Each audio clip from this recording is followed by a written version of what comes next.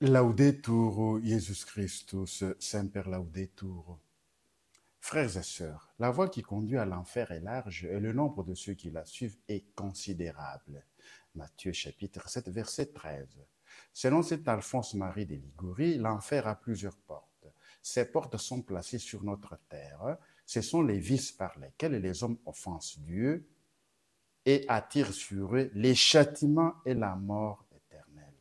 De tous les vices et ceux qui font tomber en enfer le plus d'âmes, sans parler des punitions temporelles et qu'ils attirent, sont au nombre des 4, notamment la haine, le blasphème, le vol et l'impureté. Voilà les 4 principales portes par lesquelles on entre en enfer. Je vous ai déjà parlé de 2 portes, c'est-à-dire le vol et la haine. Aujourd'hui, je vous parlerai de l'impureté par laquelle entre le plus grand nombre des damnés en enfer. Ce péché est si révoltant, dit saint Antonin, que les démons eux-mêmes ne peuvent le supporter.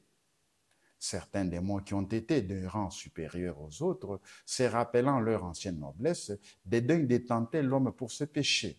Figurez-vous donc combien d'horreur et de dégoût devra inspirer au Seigneur celui tel un chien effronté ou tel un animal immonde se vautrera dans la fange de ses vices détestables.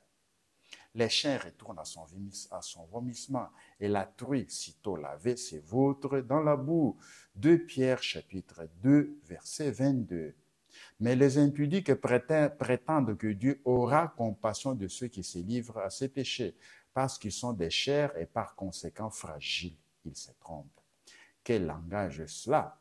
Les plus terribles châtiments qu'il Dieu a infligés aux hommes ont toujours été la peine de ces péchés. C'est la parole de Dieu qui nous le dit. Si Dieu a quelquefois montré du repentir d'avoir créé l'homme, dit saint Jérôme, c'est parce que l'homme s'est rendu coupable de ses péchés hideux.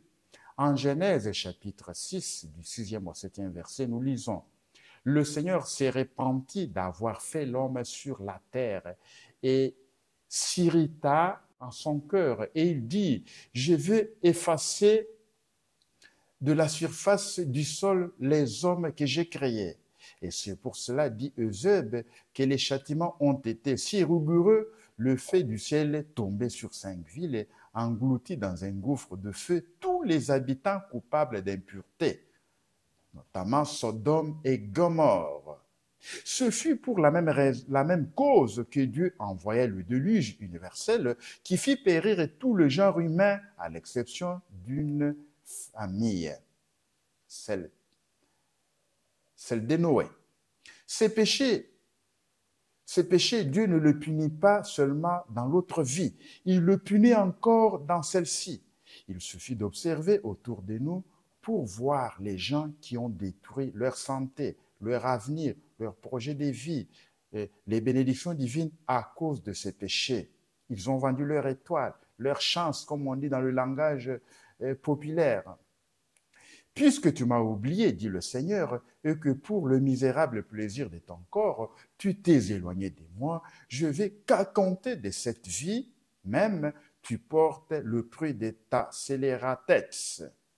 Dieu a compassion de ses péchés, et c'est celui qui traîne le plus d'âmes en enfer. La plus grande partie des damnés, dit saint Rémy, ne le sont que pour leur impureté. Le Père Seigneurie dit que l'impureté remplit le monde des pécheurs et l'enfer d'âme. Saint Isidore avait dit avant Saint Bernard, la race humaine est plus soumise au diable par la luxure que par d'autres vices. La raison en est simple, c'est que notre inclination naturelle nous porte à ces vices.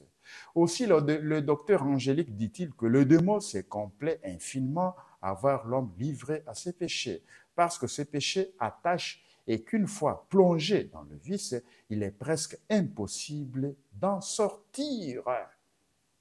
Il y a plus, ces vices nous ôtent la lumière céleste au point qu'un l'impudique oublie Dieu, blesse l'âme et le corps temple de l'Esprit Saint. Les plaisirs indécents, dit saint Laurent Justinien, conduisent à l'oubli des dieux, c'est-à-dire l'adultère, le fornicateur, l'impudique oublie Dieu. Il ne se sent pas porté aux choses divines. Il se gêne de méditer, de prier, de se mettre à genoux pour adorer. Son cœur ne le porte pas à la prière, à l'union, à la rencontre avec Dieu. Cela se rapporte à ces paroles du prophète Osée. Leurs actions ne leur permettent pas de retourner vers leur Dieu, car un esprit de prostitution les habite, ils ne connaissent pas le Seigneur. Donc, il y a un esprit de prostitution qui habite les luxurieux. S'il parle des dieux, il le parle pour les autres ou bien pour accomplir une mission, un travail quelconque. Leur discours de Dieu ne sort pas de leur cœur. L'impudique méconnaît Dieu. Il n'obéit plus ni à Dieu ni à la raison. Il n'obéit qu'à l'effervescence des sens qui le rendent semblable aux bêtes. Comme ses péchés flattent les sens, il fait de suite contracter des habitudes funestes qui durent jusqu'à la mort. Ces péchés, d'ailleurs, est si aisé à commettre que les fautes se multiplient au-delà de tout nombre. Mais quel parti prendre, dites-vous, contre tant de tentations dont je suis assailli? Je suis fragile, je suis de chair. Eh bien, puisque vous êtes fragile, que ne vous recommandez-vous à Dieu et à la Vierge Marie, source de toute pureté? Puisque vous êtes des chairs, pourquoi ne fuyez-vous pas les occasions? Pourquoi ne mortifiez-vous pas vos regards? Donc, pour fermer cette porte, il faut fuir les occasions, mortifier le regard, pratiquer le commandement, jeûner, prier, invoquer Saint Joseph, la prière pour demander la chasteté du corps et la pureté du cœur à Saint Joseph. On peut être dévot à un autre saint à qui on peut demander cette pureté. Saint Louis de Gonzague ne levait jamais les yeux sur une femme. Observez encore que le péché d'impureté est souvent cause de beaucoup d'autres péchés qu'il fait naître des haines violentes, qu'il provoque au vol et surtout qu'il entraîne au sacrilège dans la confession et dans la communion parce qu'on rougit d'avouer toutes ses faiblesses. Il y a certains qui disent que ce n'est pas l'unique péché, l'impureté, qu'il y a d'autres péchés, mais ce péché est la base des autres péchés. Plus un homme est enraciné dans ses péchés, il sera porté à commettre les autres péchés qui sont visibles, tandis que son impureté, il a réussi à dissimuler cela, ça ne se voit pas. Cela ne signifie pas que parce que vous n'avez pas vu son impureté, ça signifie qu'il est pur, qu'il commet d'autres péchés. Seulement, non, les autres péchés sont conséquences de son impureté. Remarquons de plus en passant que c'est à la suite des sacrilèges que viennent les maladies et la mort. Le plus souvent, l'impureté a comme conséquence les maladies physiques, spirituelles, la mort physique et la mort spirituelle. Si vous voulez réussir votre vie, maintenez-vous chaste.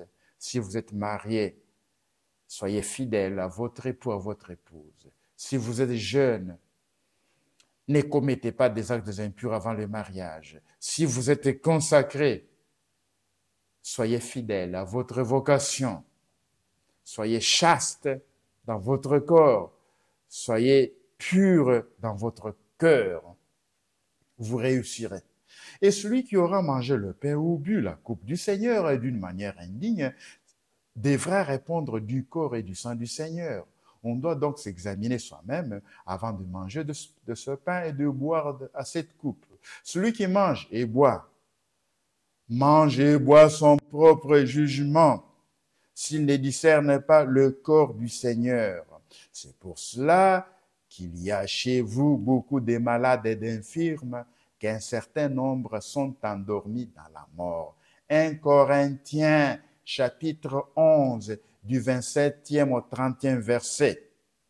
Donc, il faut s'examiner. Il ne faut pas aller vous approcher à la table du Seigneur parce que tout le monde se met debout pour aller prendre la communion et vous aussi, vous allez prendre la communion tout en étant dans l'impureté, sans vous être repenti et confessé et décider de ne plus commettre le péché.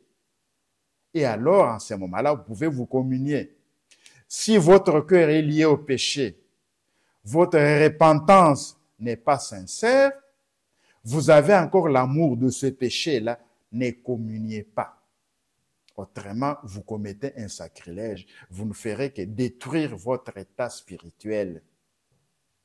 Vous ne pouvez pas avoir de l'élocution intérieure. Le Saint-Esprit ne peut pas vous éclairer. Il ne peut pas vous guider, même si vous l'invoquez.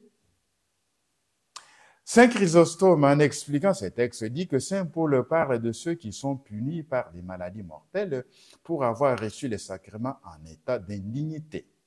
Toutefois, mon cher frère, je ne veux point que vous vous livriez au désespoir s'il vous arrive de vous trouver plongé dans des habitudes vicieuses. Mais levez-vous et sortez promptement de cette porte d'enfer. Et tandis que Dieu vous éclaire et qu'il vous tend la main pour vous soutenir, la première chose à faire, c'est d'éviter les occasions. On dit souvent que qui joue avec le feu finira par se brûler. Il faut fuir ce feu. Pour ces vices ici, pour les autres vices, on les affronte. Pour ces vices ici, il faut fuir. Car autrement, tout sera inutile. Sermons, propos, larmes, confessions, retraite, récollection. Fuyez les occasions et puis recommandez-vous sans cesse à Dieu et à la Vierge Marie, Mère de la chasteté. Quand vous éprouverez quelques tentations, ne vous arrêtez pas à discuter avec elle, mais invoquez soudain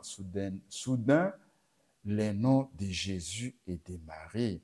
Évitez avec votre téléphone la pornographie, même avec votre ordinateur, avec votre tablette. Évitez la pornographie. N'acceptez pas qu'on vous envoie des images des gens qui sont nus. Ayez le courage de dire « Je suis trop fragile, par charité, ne m'envoyez pas ceci, autrement je vais tomber. » Les noms des sacrés de Jésus et de Marie mettent les démons en fuite. Quand vous êtes tenté, par exemple, réciter une Ave Marie, vous verrez que la tentation va disparaître. Ça ne disparaît pas, commencez à réciter un chapelet, vous verrez que la tentation va disparaître. Ces noms sacrés éteignent l'ardeur infernale qui vous brûle. Si le démon continue à vous tenter, continuez à invoquer Jésus et Marie, et certainement vous ne tomberez pas. Pour déraciner ensuite les mauvaises habitudes, tâchez de faire quelques dévotions particulières à la Sainte Vierge. Commencez le samedi à jeûner en son honneur. Allez chaque jour visiter quelques-unes de ses images. Allez faire la visite au Saint-Sacrement. Dans le tabernacle, mettez-vous à genoux et priez, demandez l'aide, Jésus vous aidera.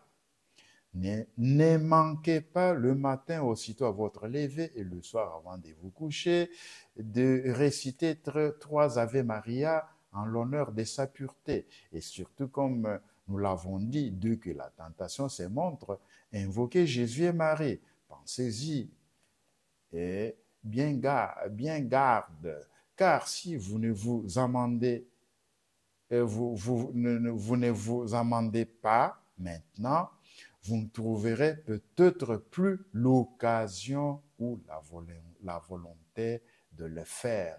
Décidez d'abandonner ce vice aujourd'hui. Ne remettez pas à demain. Laudetur Jesus Christus, Semper Laudetur, Nombo Nafudika.